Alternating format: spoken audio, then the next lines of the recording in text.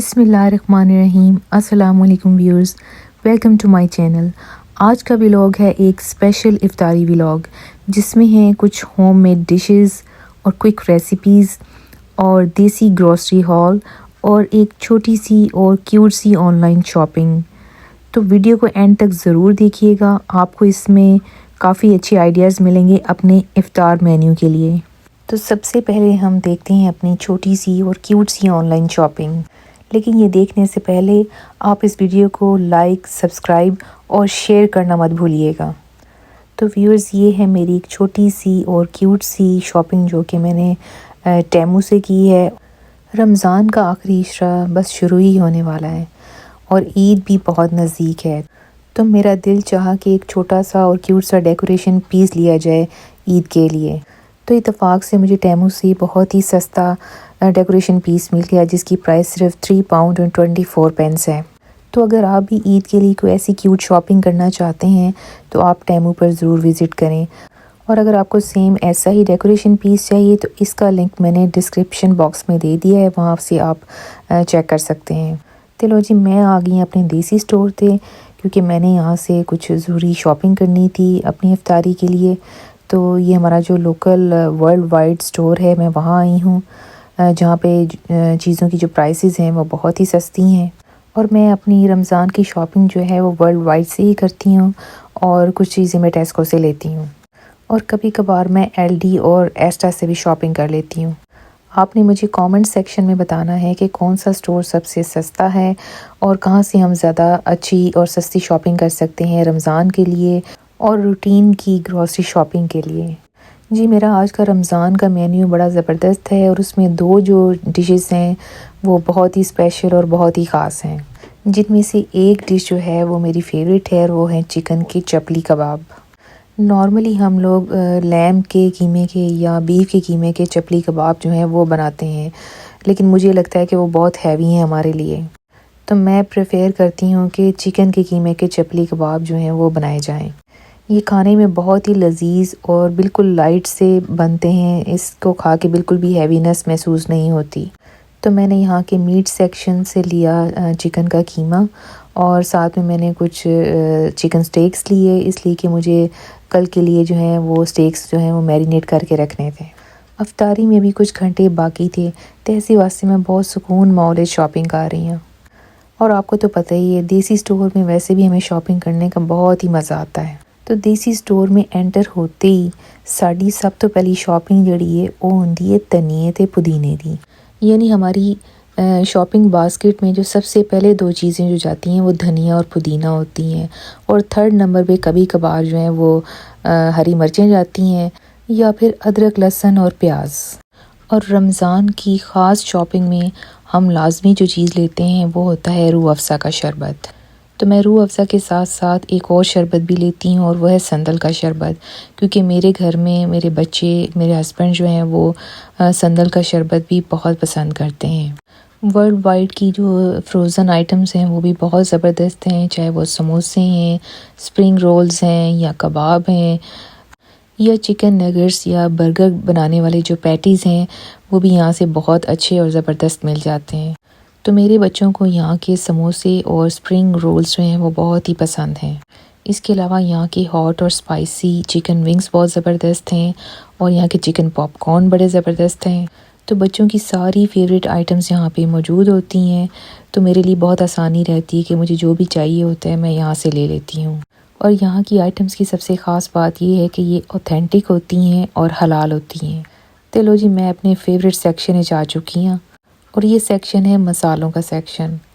तो तानू दे पता ही, ये साढ़े मसाले हर वक्त ख़त्म होए रहंदे ने और हम ख़वातीन को तो मसाले ख़रीदने का जो है वो जुनून की हद तक शौक़ होता है।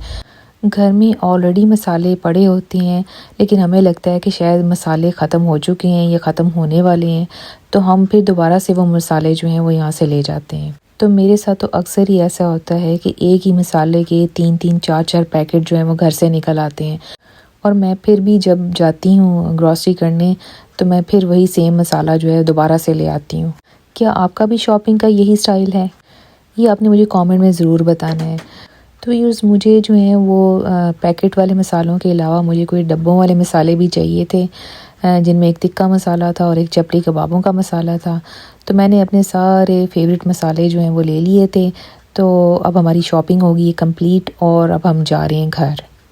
और हाँ, पकौड़ों के लिए मैंने अनारदाना भी लिए, वो तो मैं बताना भूल गई। तो चलो जी, उन फटाफट कार पहुँचो क्योंकि अफ्तारी में जो है वो सिर्फ 2 घंटे रह गए हैं। तो मुझे घर जाकर जो है वो अपनी इफ्तारी की जो चीज़ें हैं उनकी भी तैयारी करनी है। तो हम अपनी तैयारी स्टार्ट करेंगे चपली कबाबों से। तो कबाबों के मसाले में हमने डाली हैं हरी मिर्चें, प्याज, धनिया और इसमें मैंने यूज़ किया है चपली कबाबों का मसाला और हस्बे ज़ायका नमक मिर्च और थोड़ा सा ज़ीरा और साबुत खुश्क धनिया जो है वो मैंने इसमें ऐड किया है। और कभी कभार मैं इसमें बेबी टमाटोज़ भी काट के डाल लेती हूँ, वो ऑप्शनल है, अगर आपका दिल चाहे तो आप डाल सकते हैं, लेकिन आज के कबाबों में मैं टमाटर नहीं डाल रही। तो चपली कबाबों के मसाले को तैयार करने के साथ साथ मुझे जो है चिकन स्टेक्स को भी रेडी करना था। तो मैंने चिकन स्टेक्स को भी मैरिनेट कर दिया है, जिसमें मैंने क्रश चिलीज़ डाली हैं, इसमें मैंने डाला है थोड़ा सा सिरका, अदरक लहसुन का पेस्ट और सिराचा सॉस और साथ में मस्टर्ड सॉस यूज़ की है और हस्बे ज़ायका नमक और थोड़ी सी काली मिर्च भी मैंने डाली है। तो लो जी, साड़ा चपली कबाबा का मसाला और हमारे चिकन स्टेक्स जो हैं वो बिल्कुल मैरिनेट हो चुके हैं और बिल्कुल तैयार हैं। और अब इनको लिड लगाकर हम ढक देंगे और इनको रख देंगे कुछ देर के लिए फ्रिज में। स्टेक्स तो ओवरनाइट ही पड़ी रहेंगी, लेकिन जो कबाब हैं वो तो हम कुछ देर में ही बनाना शुरू कर देंगे। तो लो जी, साड़ी 2 चीज़ों की तैयारी हो चुकी है कंप्लीट। अब हम चलते हैं अपनी जो तीसरी डिश है उसकी तैयारी की तरफ चलते हैं। और उसके लिए हम काट रहे हैं सब्जियां, जिसमें हैं आलू, प्याज, बैंगन और हरी मिर्चें और पालक। अब आपने तो फ़ौरन गैस कर लिया होगा कि मैं क्या बना रही हूँ, यानी आपको तो लग रहा होगा कि पकौड़े बन रहे हैं, लेकिन एक्चुअली ये पकौड़े नहीं हैं, ये पकौड़ों से मिलती जुलती एक और डिश है। तो बस हम तुसी देखते जाओ। तो हम इस मिक्सचर में डाल रहे हैं थोड़ा सा बेसन और नमक और मिर्च हस्बे ज़ायका, थोड़ा सा अनारदाना, ज़ीरा और जो खुश्क साबुत धनिया है वो डाल रहे हैं और इसको डालकर हमने कर लिया अच्छी तरह से मिक्स। आप चाहें तो इसमें सूखी मेथी भी डाल सकते हैं, मैंने नहीं डाली। चलो जी, होन बनने लगी ख़ास डिश। ये मैंने टेस्को से लिए हैं मिनी नान। आपने देखे ही होंगे, टेस्को में अक्सर पड़े होते हैं एक पैकेट में बिल्कुल छोटे साइज़ के मुन्ने मुन्ने नान। जी हाँ, हमारी आज की जो फेवरेट डिश है और ख़ास डिश है उसका नाम है पकौड़ा नान। तो हमारी पकौड़ा पेस्ट जो है वो तैयार हो चुकी है और इसको हम कोट करेंगे ये जो मुन्ने मुन्ने नान हैं और इनको हम डाल देंगे कढ़ाई के अंदर। और कढ़ाई में ऑलरेडी समोसे भी फ्राई हो रहे हैं। तो लीजिए, हमारा गर्मा गर्म और क्रिस्पी पकौड़ा नान जो है वो पक के तैयार हो चुके हैं। अब आप इसका टेक्सचर देख लें, आपको इसके टेक्सचर से ही अंदाज़ा हो रहा होगा कि ये कितना क्रिस्पी है और इसको बनाना कितना इजी है। जो बड़े साइज़ के नान हैं उनको हैंडल करना बहुत मुश्किल होता है, लेकिन ये चूँकि बहुत ही छोटे साइज़ का है, इसको पकाना और इसको खाना दोनों ही बहुत ईजी हैं। तो इसी प्रोसीजर से जो बाकी नान के पीस हैं उन्हें हम पकोड़े के मिक्सचर में डिप करेंगे और उनको फिर कढ़ाई में डाल के इसी तरह फ्राई कर लेंगे। आ रहा है ना मुंह में पानी। अब आपको वो वक्त भी याद आ रहा होगा कि जब स्कूल और कॉलेज के ज़माने में आपको ये आइटम जो है वो रेडी वाले से मिला करती थी और हम बहुत शौक़ से ये आइटम जो है वो लेकर खाया करते थे। ऑल्दो थोड़ी सी हैवी होती थी क्योंकि वो नान होते थे बहुत बड़े बड़े, लेकिन हम बहुत ही शौक़ से खाते थे और इसलिए भी खाते थे कि उदों सानू मोटापे की कोई टेंशन नहीं सी। और जी, हमारा अफ्तार मेन्यू अभी जारी है, अभी ख़त्म नहीं हुआ है। अफ्तार मेन्यू में हमने तैयार किए हैं स्प्रिंग रोल्स और इसके साथ साथ हमने फ्रूट चाट भी रेडी की है। समोसे, पकोड़े और जो स्प्रिंग रोल्स हैं या फ्रूट चाट है, ये तकरीबन हर अफ्तारी में ही बनाई जाती हैं और काफ़ी कॉमन डिशेस हैं। लेकिन पकोड़ा नान और चपली कबाब जो हैं, ये 2 डिशेस जो हैं ये ख़ास हैं और इन्हीं 2 डिशेस की वजह से आप कह सकते हैं कि हमारी इफ्तारी जो है वो एक स्पेशल इफ्तारी है। तो लो जी, साढ़े पकोड़ा नान बिल्कुल तैयार हो चुके हैं। सारे नान फ्राई होने के बाद जो है मैंने डिश आउट कर दिए हैं। तो आप इनकी फ़ाइनल लुक देखिए कि ये बिल्कुल गर्मा गर्म हैं और बहुत क्रिस्पी हैं और बहुत ही यमी लग रहे हैं देखने में। अब आपने कमेंट सेक्शन में मुझे बताना है कि आपको मेरा पकोड़ा नान वाला जो आइडिया है वो कैसा लगा है और आप ये रेसिपी कब ट्राई कर रहे हैं, ये भी आपने मुझे बताना है। तो लो जी, रोज़ा खुलने बस थोड़ा जा टाइम रह गया है और अभी हमारा कुछ काम बाकी है। मैंने जो है फ्रूट चाट जो है उसको डिश आउट करना है और साथ में चप्पल कबाब जो हैं वो भी मैंने पकने रखे हुए हैं। फ्रूट चाट मैंने पहले ही तैयार करके जो है वो फ्रिज में रख दी थी, तो बस उसको मैंने एक बाउल में डालना है। हमारे घर में फ्रूट चाट जो है वो ज़्यादा नहीं खाई जाती, ये मेरी ही फेवरेट है और मैं ही ज़्यादातर ये खाती हूँ। मेरे हस्बैंड जो है वो कभी कभार चख लेते हैं और बच्चों में से भी कभी किसी का मूड हो तो वो खाते हैं।